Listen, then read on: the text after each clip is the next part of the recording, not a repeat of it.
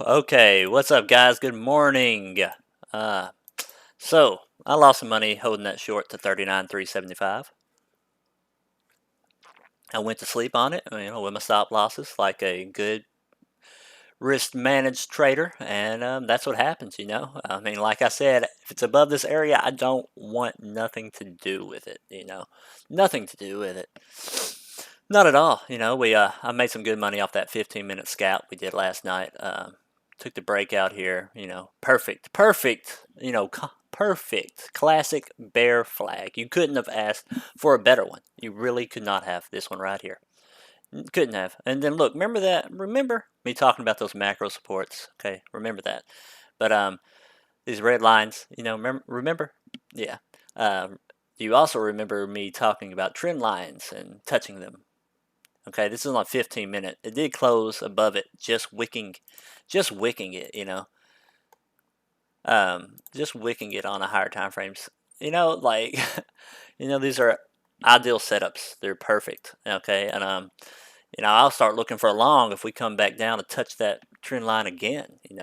These red line macro supports. They shouldn't break. They were strong.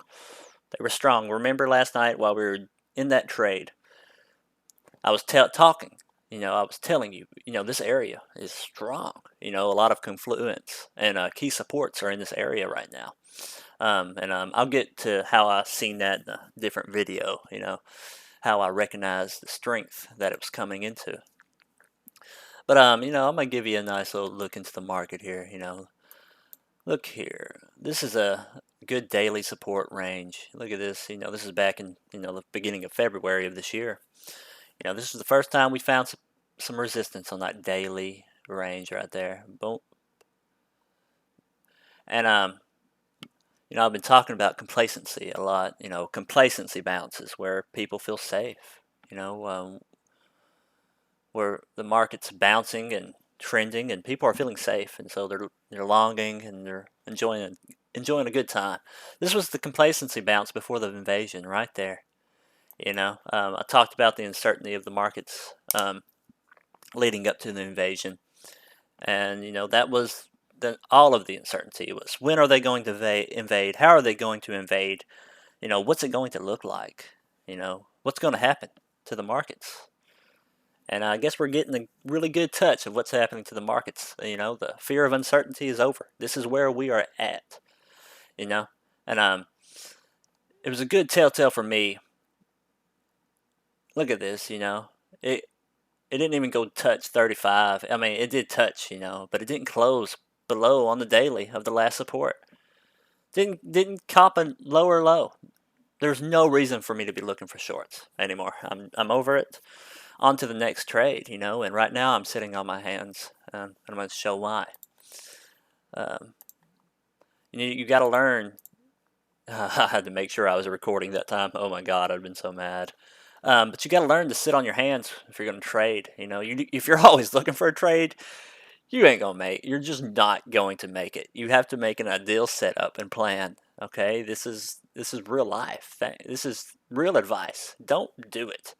Sit on your hands for a little bit, and figure something out. Okay, so I got 47 posted. Listed here. I had it listed from the other video, but I forgot to record it, obviously. But here's why I have it listed. I've talked about 47 if you've been following me for a while. I've talked about the importance of 40.7K for a long time. And here's why. Look how many times we've wicked this. Look how many times it wicked it. It was once resistance. It was once resistance. Even back to last year before this huge run and takeoff, up to 40K and then back to 30. It was resistance, okay? This entire time. It's a nice little gap area too. It doesn't come into it much. So it's a good telltale of how things are going.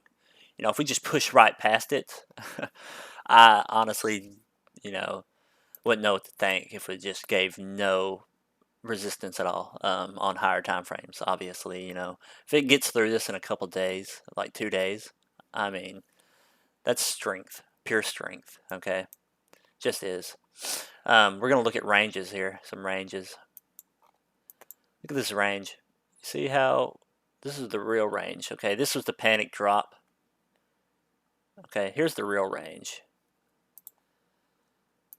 That's the real range. Okay, these wicks don't mean shit. But that's the real range, you know. Never came back and touched it. Never came back and touched this line. Don't think it will again. For right now. For the foreseeable future, at least.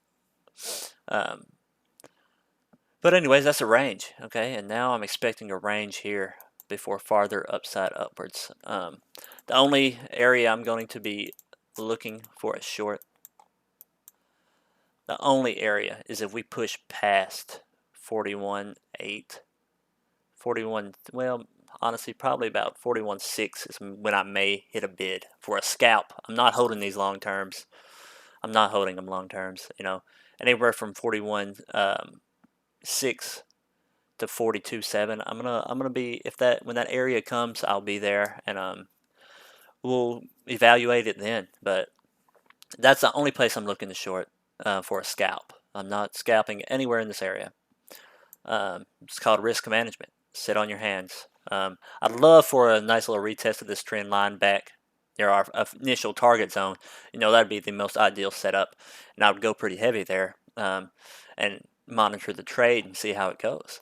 But that is where I would go heavy on a long. I would go medium on a long here, you know, on these macro supports, because they are macro supports, you know, with a stop loss of this wick right here.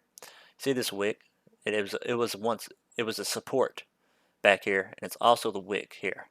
That's how I identify my stop losses a lot of the time, is off wicks.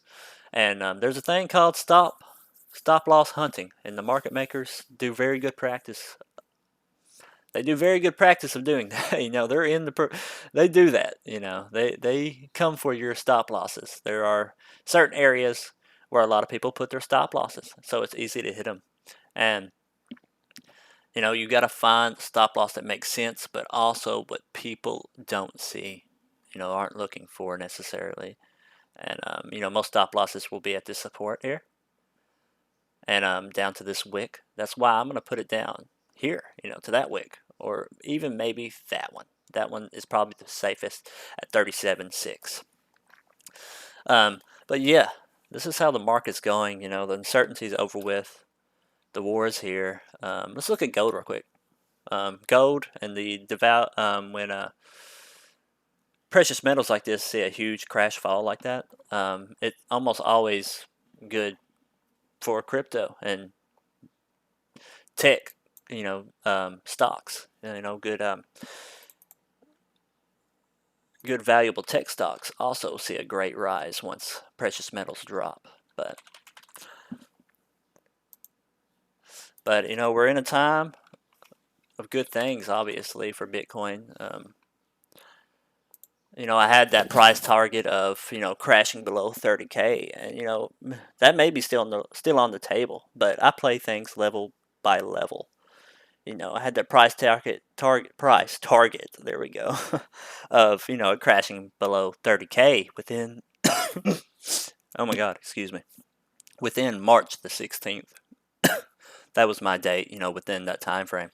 But how strong it bounced and how it didn't even take out that low. You know, kept the same. Didn't make a lower low on the daily. Kept that support line like that. See the first week down to it. You know, even Bitcoin was like, yeah, I don't really want to do this here, you know. And then we got that huge wick down, ate it all the way back up. And now we're above 38K. You know, it's pretty funny, honestly.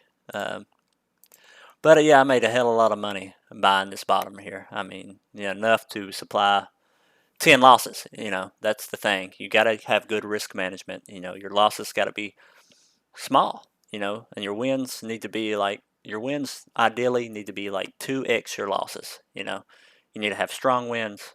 Obviously, it's easier said than done, but we're going to get there. I believe in that. But this is where we're at. And remember, guys, you know, back in 2017, everyone was screaming, oh, it's different this time. It's different this time. You know, Bitcoin's 20K, you know, and I'm sitting there like, yeah, this is not different. Nothing's changed fundamentally. Here here we are in 2022 and everything's changed. Okay, we got Michael Saylor, buying our bitcoins. We got Kathy Woods buying them. We got unlimited amount of flooding of the market by institutional investors. These institutional investors are buying your bitcoins. Don't get it twisted, okay? They are. They may have not even announced that they are, but they are. Tesla, they're right there with you. Things are different. Things are different now, and that's where we're heading. My levels now. I'm not looking for a short anywhere before the squeeze up to this level. If we don't get it, we don't get it. It's that simple. If you don't get the short, if you don't get your game plan, leave it alone. All right, guys, that's all I got. Y'all have a good day.